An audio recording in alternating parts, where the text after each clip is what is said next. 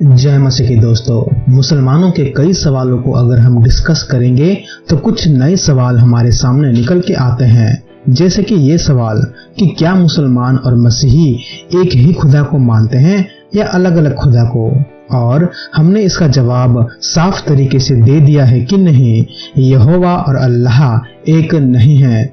मसीही जीवित और ऐतिहासिक खुदा को मानते हैं, जबकि मुसलमान एक काल्पनिक खुदा को, जिसको ना ही आज तक किसी ने सुना, ना देखा, ना महसूस किया और ना ही उसका कोई सबूत मिलता है।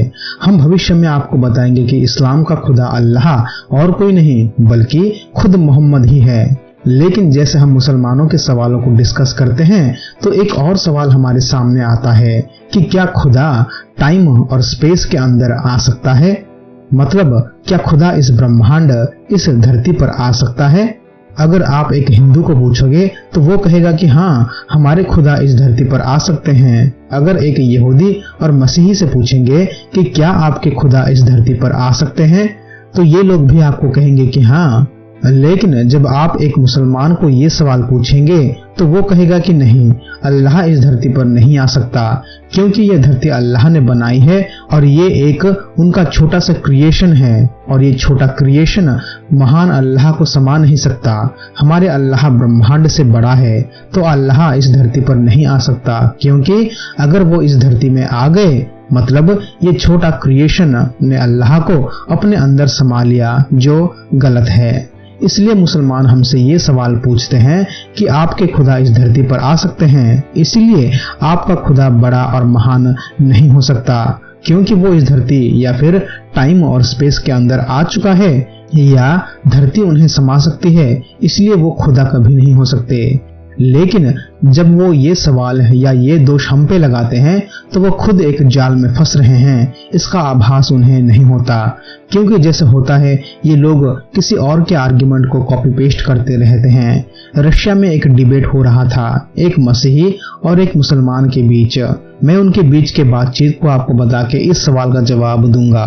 तो वहाँ जो मुसलमान पक्ष के थे उन्होंने कहा अल्लाहू अकबर, मतलब खुदा सबसे महान है। लेकिन मेरे मसीही भाई, ये कहना बंद करे कि खुदा इस समय और ब्रह्मांड में आ सकता है। ये मत कहिए कि वो हम जैसे करप्ट मनुष्य की तरह इंसान बनकर पैदा हुए, हमारी तरह एक बिगड़े हुए फॉर्म में खुदा नहीं आ सकते। तो ये बात कहना कृपया बंद करे, क्योंकि आप खुदा को लिमिट कर रहे हैं, उन्हें कम बना रहे हैं, और खुदा कभी लिमिट नहीं हो सकता, क्योंकि खुदा सभी का सोर्स है। उसके बाद उस मसीही ने उस मुसलमान से कहा, शर्म आनी चाहिए आपको अपने आप से शर्म आनी चाहिए।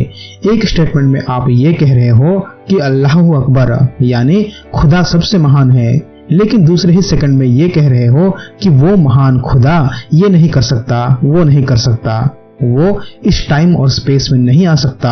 आपने तो खुदा का अपमान कर दिया और उनके महानता को दूसरे ही सेकंड में छीन लिया, ये कह के कि वो स्पेस और टाइम में नहीं आ सकते। और अगर आप यही सोचते हैं तो आप अपने अल्लाह को ओमनीपोटेंट कहना बंद करें, यानी सर्वशक्तिमान कहना बंद करें, क्योंकि वो ये साधारण चीज नहीं कर सकते। अगर ये पाप होता या फिर उनके नेचर के खिलाफ होता तो अलग बात है, लेकिन ऐसा नहीं है। आप खुदा को कह रहे हो कि आप इस धरती पे नहीं आ सकते, और इसके चलते आप अपने खुदा को सभी धर्मों के खुदा से छोटा बना रहे हैं। कृपया अपने खुदा का अपमान सबके सामने तो ना करें। फिर उसके बाद वो मुसलमान ने कहा, तो क्या आप ये कह रहे हो कि खुदा खा सकता है, पी सकता है? क्या खुदा सो सकता है? क्या खुदा मर सकता है? तो मसीही ने कहा, हाँ, क्यों नहीं, हमारे खुदा ये सब कर सकते हैं, वो भी उनके नेचर पर बिना असर किए। आप इब्राहिम को देखिए, क्योंकि आप इब्राहिम को बहुत मानते हो ना, उनके जीवन को देखिए। तो इब्राहिम से पूछिए कि उस दिन ममरे के पेड़ के पास कौन उनके घर आए थे खाना खाने के लिए।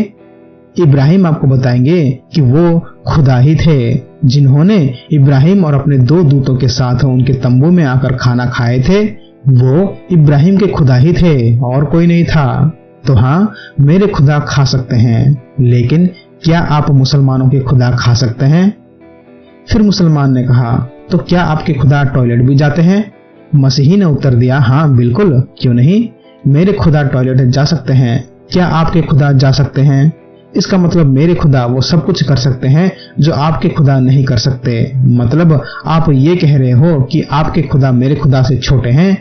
कम ऑन मुसलमानों, छोटे से सीमित खुदा को मानना बंद करे, बड़े और सर्वशक्तिमान खुदा यानी मेरे खुदा को मानना शुरू करे।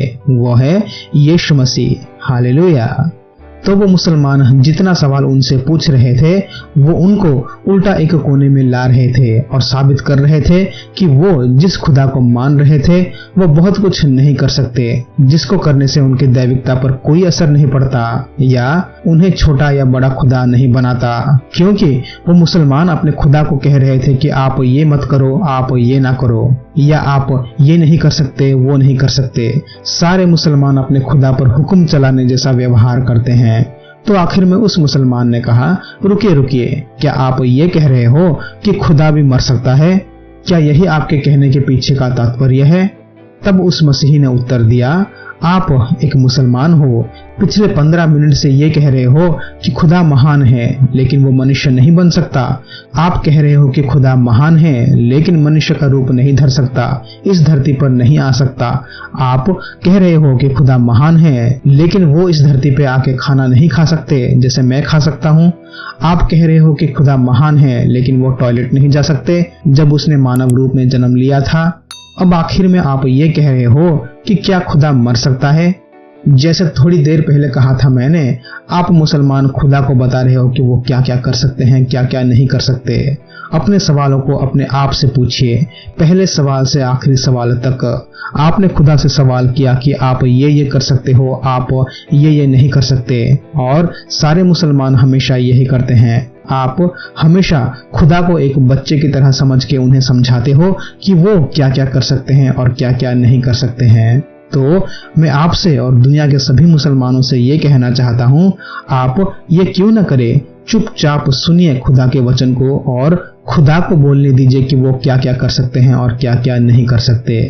खुदा को थोड़ा सा चांस तो दीजिए कहने का कि हे महान खुदा, हमें बताइए कि आप क्या क्या कर सकते हो और क्या क्या नहीं कर सकते हो। तब मैं उन्हें यूहन्ना अध्याय 10 पर ले जाता हूँ। वहाँ यीशु कहते हैं कि मैं अपने जीवन को दे सकता हूँ और उसे वापस भी ले सकता हूँ।